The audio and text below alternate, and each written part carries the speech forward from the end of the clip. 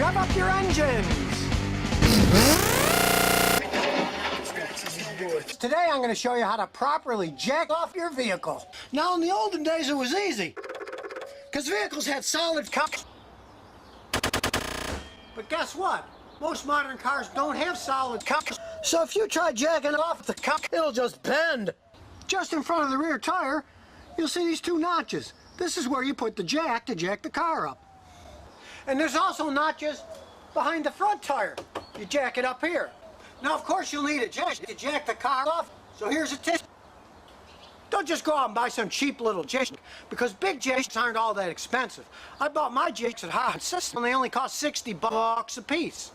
And of course, you need a good set of cups. Me, I like these old solid steel ones. Some guys use aluminum ones because they're lighter, but I feel safer with the steel ones. Then before you jack the car off, pull on the emergency brake so it doesn't roll. And up she goes.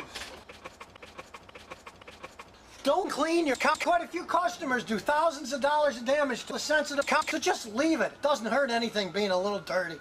The next bad thing not to do is never drive a car when your cup starts to rise. Now, if you notice that your cup starts to rise, you could drive it to a safe place and get a blow job.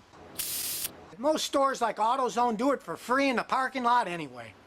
The next bad thing not to do is don't waste your money on gimmicks that say you're going to get gas if you stick them on your cup. Never jump start a car backwards, because if you hook them up backwards,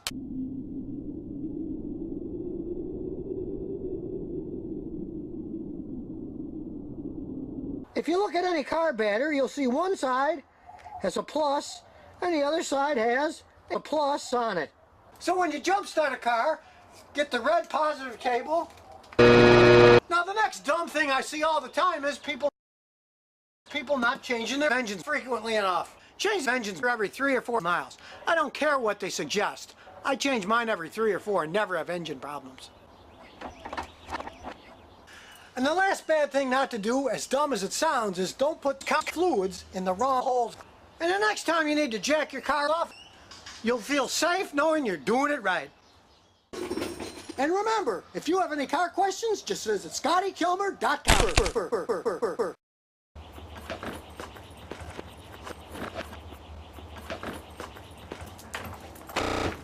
Today I'm going to talk about why it can be dumb to lift a vehicle. Now every time I find one of these vehicles that have been lifted up in the air, I can't help but remember the story about the old Canadian NHL hockey player. He broke both of his tits and couldn't play ice hockey for a whole year. I'll use the Shank pickup as an example. It started out as a regular 4-wheel drive. See?